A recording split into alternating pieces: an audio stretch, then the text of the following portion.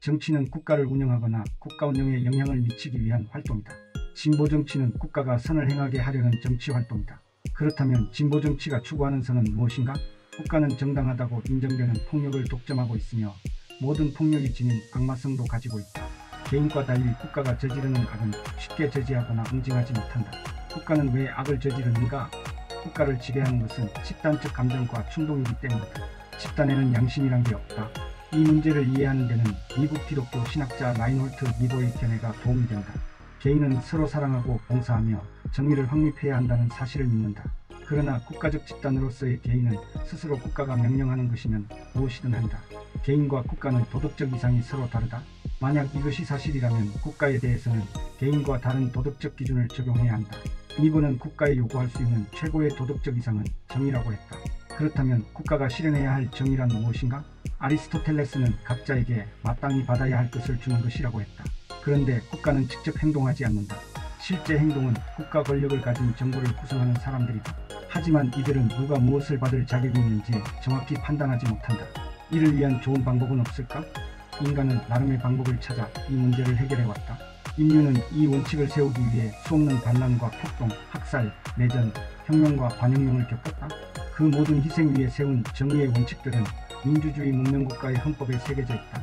아리스토텔레스가 말한 정의를 우리 헌법이 어떻게 품고 있는지 살펴보자. 헌법은 무엇보다 먼저 국민 누구나 마땅히 받아야 할 것을 열거한다. 그리고 선택된 자만이 받을 수 있는 공직과 명예, 소득과 부담, 그리고 그것들을 어떤 원리와 절차에 따라 배분해야 하는지도 분명히 밝히고 있다. 아울러 이것이 완벽한 정의를 실현하는 방법이 아님을 인정하고 그것을 보완하거나 교정할 수 있도록 가능성까지 열어두었다. 헌법에 따라 국민이면 마땅히 받아야 할 권리를 자유권적 기본권이라고 한다. 그러나 이것이 있다고 하여 정의가 실현되는 것은 아니다. 1948년 재헌헌법은 현행 헌법의 자유권적 기본권 대부분을 담고 있다. 그러나 1987년 6월 이전까지 우리는 국가를 장악한 권력자들에 의해 자유권적 기본권을 전면적이고 심각하게 침해받았다. 그때는 대한민국에 정의가 없었다. 2008년 2월 이후에도 미네르바 박대성 씨를 비롯한 수많은 네티즌과 촛불 집회에 참여한 유모차 부대, 방송 프로듀서와 기자들, 문화예술인들은 자유권적 기본권을 제한받았다. 인간이라면 누구나 받아 마땅한 또 다른 것으로는 사회권적 기본권이 있다. 교육받을 권리, 노동권, 인간다운 생활을 할 권리 등이 그것이다. 모두에게 똑같이 주어지지 않는 것도 있다. 능력이나 기여, 희생에 대해 주어지는 공직, 소득, 부, 명예 등이 그것이다. 먼저 공직 또는 국가 권력에 대해 살펴보자. 이 권력의 배분은 헌법 제1조에 있다. 대한민국은 민주공화국이다. 대한민국의 주권은 국민에게 있고 모든 권력은 국민으로부터 나온다. 이 권력을 배분하는 원리는 경쟁이다. 국회의원과 대통령, 시장, 도지사, 군수와 지방의원은 모두 국민의 보통, 평등, 직접 비밀선거로 선출한다. 민주주의 국가에서 공직을 배분하는 가장 중요한 기준은 표를 많이 얻는 능력이다. 표를 많이 모은 사람이 공직을 차지한다. 우리는 아직 이보다 더 정의로운 권력 배분 방법을 찾아내지 못했다. 사법부의 공직 배분 원리는 지식의 지배라고 할 수 있다. 일단 로스쿨을 졸업한 사람 중에서 뛰어난 사람을 국가시험으로 뽑는다. 행정부와 지방자치단체의 임명직도 시험을 통해 뽑는다. 합리적인 기준 여부에 대한 논란이 있지만 공식적으로 인정받고 있다. 우리 헌법은 부와 소득 배분의 기본 원리로 자유로운 경쟁을 규정하고 있다.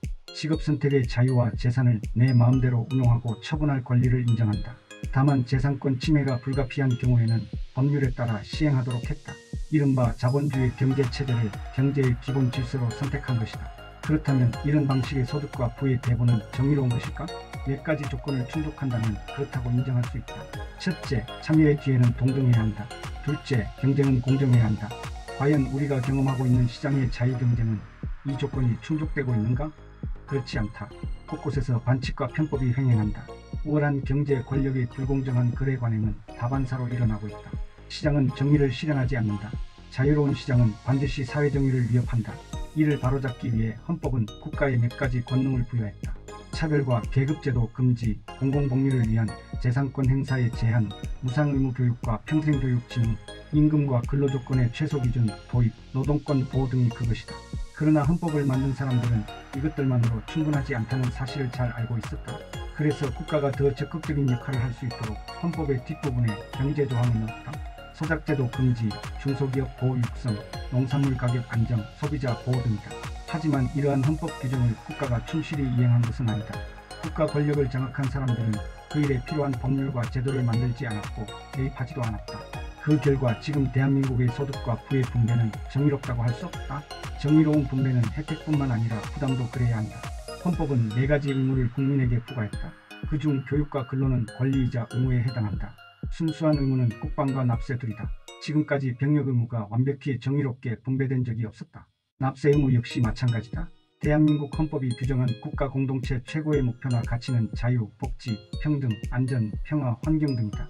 자유는 자유권적 침해가 완전히 사라질 때 완성된다. 복지는 물질을 넘어 삶의 질까지 풍요로워야 한다. 안전은 범죄, 재해, 실업, 질병, 노령 등 모든 사회적 위험에서 보호받는 것이다. 평화는 한반도에서의 무력 충돌이나 전쟁의 위험이 항구적으로 제거된 상태를 말한다. 환경은 주거 환경뿐만 아니라 지속 가능한 자연 생태와 생활 환경의 구현이다. 이 모든 가치가 국가라는 하나의 사회 안에서 똑같이 존중받으며 공존하는 것이 도덕적 국가 이상일 것이다. 민주주의 사회에서는 그것이 가능하다고 나는 믿는다.